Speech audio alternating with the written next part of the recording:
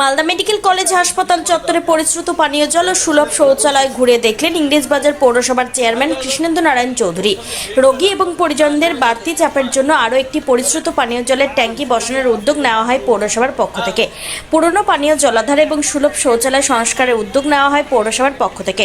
বুধবার দুপুর 12টা নাগাদ পৌর আধিকারিকদের নিয়ে হাসপাতাল চত্বর পরিদর্শন করেন চেয়ারম্যান কৃষ্ণেন্দুবাবু। এছাড়া উপস্থিত ছিলেন মালদা মেডিকেল কলেজ হাসপাতালের প্রিন্সিপাল পার্থপ্রতিম মুখোপাধ্যায় সহ অন্যান্যরা। পরিশ্রুত পানীয় জলাধার সুলভ শৌচালয় সংস্কার করার কথা জানান কৃষ্ণেন্দুবাবু। সাজিয়ে করা যায়, অনেক বেটার হবে।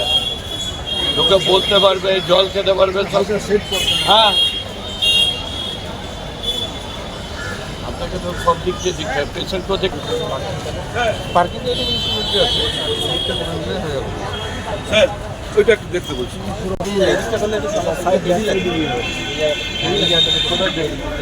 এটা না না ভিতরে কোনখানে আপনি দেখে নিন, যেটাই হোক সেটা করতে হবে।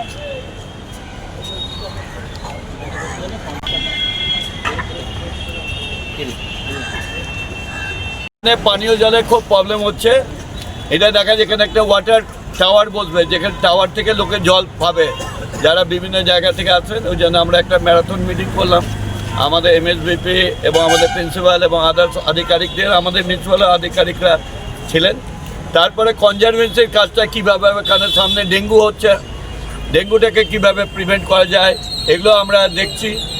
প্লাস এখানে পে ইউজ টয়লেট একটা করা, কারণ এখানে প্রচুর মানুষ আসছেন, তারা টয়লেট পাচ্ছে না, গাড়ি ঘোড়া আসছে। আমরা এটা পে ইউজ চাই, প্রপার পার্কিংটাও আমরা দেখে নিচ্ছি।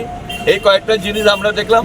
আর আগামী দিনে বর্ষার সময় যাতে এইটা আবার ইনহ্যান্ডেড না হয়ে যায় ড্রেনেজ ওয়াটারে, তার জন্য ড্রেনটাকে আমরা একটা সিস্টেমেটিক আনার চেষ্টা করছি।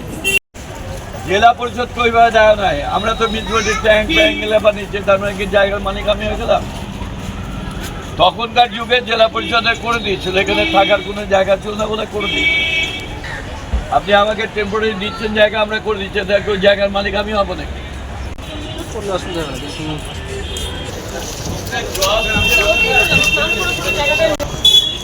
আমরা না কলগুলো কেনা